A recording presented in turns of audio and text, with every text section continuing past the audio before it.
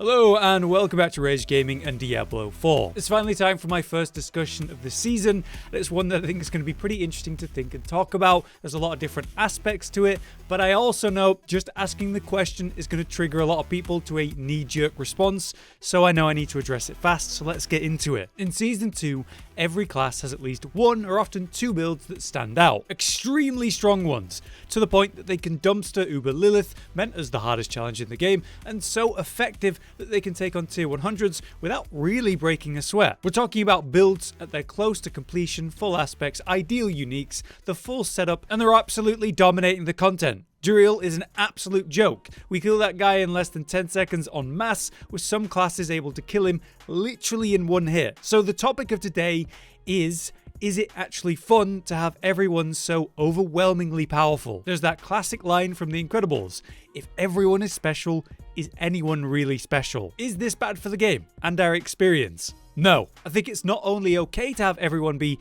so strong they can challenge the hardest content in this way, but I actually think it was very needed. They genuinely needed everyone to have as much fun, right? But also as fast as possible, because in my opinion, Season 2 was Diablo 4's last chance to reignite the interest in the game long term, after a really lackluster experience for both pre-season and Season 1. Big picture, the game was solid until you hit late tier 3, or basically the moment you go into tier 4. The game ends. You're doing the same stuff you were just doing in World Tier 3, except now you've got to collect another set of gear as it's now ancestral, and it was painfully bad, to the point where I was constantly questioning if the people who designed these systems had ever played them. Almost every system to interact with was a pain. If you wanted to update your gear, it was overly expensive and time consuming. Just interacting with the stash at any point, or imagine having one or even two alts, good luck with that. I felt like the longer you played the game, the worse it got, the harder it got to play,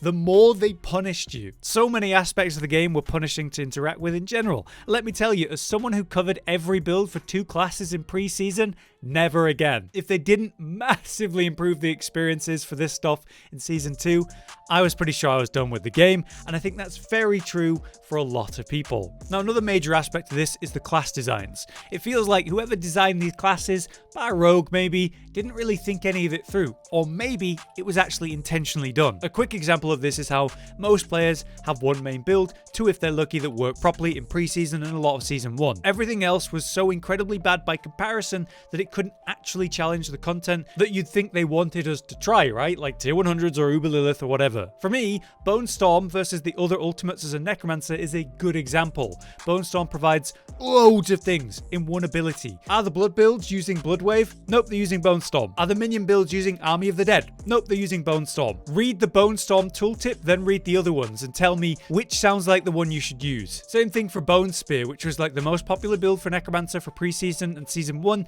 and is back in Season 2 still. It has so much built into its single use, improved crit chance for itself, generates vulnerability on the first cast. If it crits, it breaks into shards, dealing even more damage. Meanwhile, take another core skill like Sever, that generates vulnerability every 3 casts right now, and it used to be every 4 casts. For 2 seconds, by the way, which is less time than the vulnerability that Bone Spear generates. And Bone Spear does it in 1 cast, so obviously one is better than the other, and I felt like I was going insane when I read the tooltips for this stuff originally. So, they needed to fix this stuff, and they needed to do it fast. And the stash is undeniably so much better. It might still be too small and needs more to it in my opinion, but the filter system is still a dream, and it's insane we didn't have that at launch. We finally have things like a refund all button for the Paragon, which is just funny that I'm saying that half a year into the game. The cost of respecking and doing everything is cheaper, but you're also generating more money now for essentially every aspect of the game to help you with that, which is so much better than Season 1's solution, which was give us 1 scroll of respec when you complete the season journey. 1 respec for free, as if that solves anything. So yeah, Season 1 felt like that old, high-handed classic Blizzard approach of, we hear your feedback, but the truth is, we think you're wrong. But don't worry, we know better than you do, trust us. And Season 2 feels like a desperate appeasal of as much as they can do before it's simply too late, and I am glad they're in this state. Their approach to damage and our potential has completely swapped. It was very clear they wanted us weaker and things to be much awkwarder and harder to deal with in general. Now they've flipped all of that on its head, it's like we're all gods. We've seen redesigns to core gameplay loops, like for me, the Blood Necromancers and how Blood Orbs serve a real purpose now tied to your key passive. The main damage buckets are all a lot more balanced and functional, which is really nice, and the result is more builds for your class work well enough to take on the final challenges of the game, which is great. The off-meta picks might not be nearly as good as the meta ones, but they can do the hard content, which is what's the bare minimum in my opinion. But then we have the best builds for your class, which are a little crazy. What is the point of an ARPG? I think it's different for every game, but I think it's safe to say it's always to create a fun experience for your players. How that takes form might be different per game, but it's fair to say that they're going to be making a build for the class that they're going to work on. They're going to refine and improve it, gather more options, find the things that work best for that build, and eventually, quote unquote, solve the build, resulting in the strongest version of it, the most efficient and ideal version. That version in Diablo 4 right now is extremely strong. To me, that's really fun. You're leveling really quick, you're destroying Uber Lilith so quick she can't actually throw out all her attacks at you, and you can take on tier 100s with ease. But the main concern for this topic today is, will this get old? You know, is this what the game should be forever? Is there a limit to having too much power to the point that maybe it becomes less enjoyable? For Season 2, given the context of how badly we needed this, I think absolutely not. I think they could have gone even further. They needed to make everyone as broken and crazy as possible, like Ball Lightning Sorcerer and Deathblow Barbarian. I'm fine with it. The fact that those builds exist, and I'm not even playing them, like I'm not as strong as those builds, I'm fine with it. But what about Season 3, when they consider the balance of the game again, and is this something we should see the same thing of again? I think maybe not. Maybe we've gone too far with Barbarian being able to deal 1 billion damage in one hit. Maybe we've gone too far with Sorcerer Ball Lightning, mindlessly walking through tier 100s as if they're in open world. Basically, these things are really fun at first, and it's great to get to experience it, but after you've done it a good amount of times, maybe it's not so interesting. All that's really left after you do these things is to do different builds or push these builds to their maximum, which is Uber Uniques. So to farm Uber Uniques in our, new state of superpowered, this is what you're doing. You're farming Helltides for Cinders to open the steel chest, to then spawn Grigore and kill him instantly, and then you get 1 shard. Next, you'll farm Helltides for Cinders to open steel chests, to kill Grigore instantly to get your 2nd shard drop. Well, at least that's done now. We can move on to something else, like farming Whispers to get a bone or heart, or, the 4 pieces of Varshan to then summon him and kill him instantly to get an egg. Now we'll move on from that to farm Whispers to get a bone or heart or whatever you need to kill him again instantly for a 2nd egg. Thank God we're done with that. Now we can go fight Duriel. We killed him instantly and we didn't get an Uber Unique, but we'll have to do all of that we just said again to try again. Are you having fun? To be honest, I'm not. That process is not fun to me. And that is pretty much what the game devolves into at a certain point. You should try watching any of the streamers who made it to level 100 first in Season 2. This is all they do.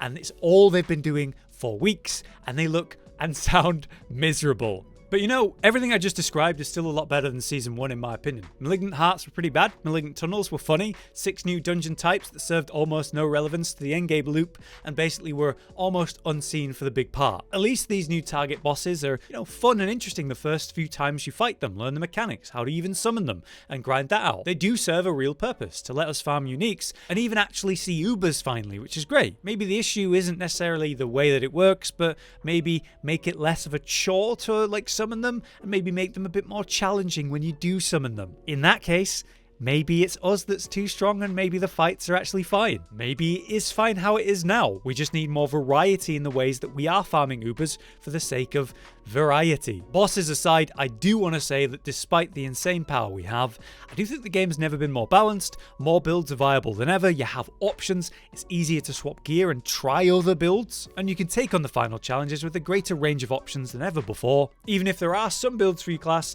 that aren't good at all. There's still a very clear best build for each class: Twisting Blades Imbue Rogue, Ball Lightning Sorcerer, Deathblow Barb, Bone Spear Necromancer. It's just Druid that has any debate really. But what I'd love to see in Season 3, whether we're brokenly strong or not, is see every main build for the class actually work. And we are closer to that now than ever, but there's still more to go. I can't argue that they're not doing a good job getting us there. They are slowly bringing more options and improving ones that try to contend for those top spots. I expect in Season 3 to see weaker builds get better and maybe the strongest builds get slightly weaker. I do think a quick mention of Vampiric powers is required on that note, because they're actually a large source of why these builds are so busted. The insane attack speed that you can get from the powers is giving Ball Lightning a lot of its juice. The guaranteed overpower is big for Barbarians, leading to that insane damage we're seeing from them. Everyone's getting a huge boost to their damage from the awesome meta dash and the unstoppable effect from that, and it's so fun. That's the whole point of this talk. While there's issues with it, and maybe long term it could be bad, it is just really good. Maybe it is for the best to let us stay this strong. Maybe whatever comes in Season 3 when we lose Vampire powers should be equally good. I think Vampire powers in general have been fantastic. Actual powers that change the way you create builds for your class, opening new options and changing the playstyles, instead of a really boring passive effect in the hearts, which you can't even change without getting a new piece because you socket the heart in, it's staying in there. Who thought of that? So for whatever we get in Season 3, I want more of Vampiric power style. But yeah, that brings us to the end of the discussion. I've thrown out a lot of different topics and things to think about, the whats and whys, but now let me know what you think. Are we too strong? Is this the right amount of silliness that we needed, but should it be kept short term and be better balanced in Season 3? Should we actually stay this silly strong? Maybe even stronger in the future, because it's just the best way for the game to be. It's the funnest experience we've had, maybe even long term. For me, I think this is the right track. They just need to fine tune things to bring more balance to the meta. The worst builds bring them up, and maybe the best builds not as strong, but close to. At the end of the day, if it's fun, who cares? For now then, I've been Hollow, you've been you. Thanks for watching and listening to the discussion. We'll see you next time. Josh, Cotton, and Hollow with the videos, dropping the humor like a hammer on your tippy toes, bringing entertainment on a daily arrangement to take our insanity and turn it into entertainment. Yes, I said entertainment twice, to reiterate that it is nice to look into your faces on a mostly daily basis when you let us in your homes to make the whole world a stage. Goodbye.